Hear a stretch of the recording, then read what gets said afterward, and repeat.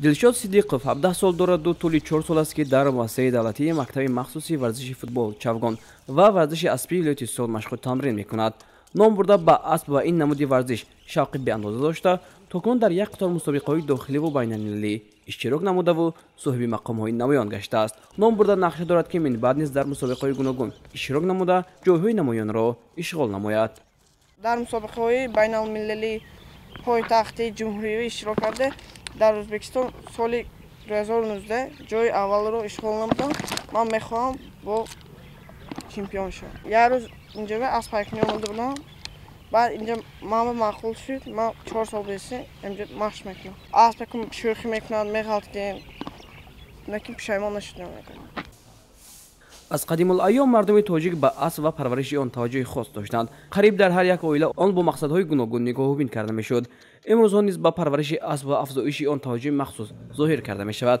дар муассисаи давлатии мактаби махсуси варзиши футбол Чавгон ва варзиши аспии вилояти Суд наздики 50 сар асп нигоҳубин карда мешавад. дар инҷа 50 сар аспи тоҷикӣ, англисӣ ва ахалтикӣ мо нигоҳ мекунем, мепарварем ва дар инҷо бачаҳо, кӯдакҳо дар варзиш иштирок карда дар инҷа майдончаи чавгон бозӣ. Инчунин аст чавгон ин як анъанаи таърихии кӯҳнаи тоҷикон ҳисоб мешавад.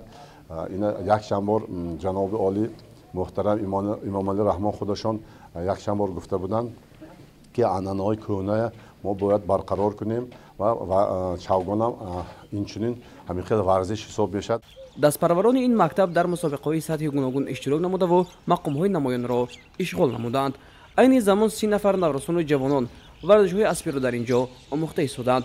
муассисаи давлатии мактаби махсуси варзиши футбол Чавгон ва варзиши аспии вилояти Суд тӯли 5 сол аст ки фаъолият бурда истодааст. дар инҷо зотҳои аспи англисӣ, ахалтикинӣ ва тоҷикӣ парвариш карда мешавад. дар назар аст ки ба парвариш ва нигоҳубину афзудани зоти тоҷикӣ аз таваҷҷӯҳи хоса равона карда шавад.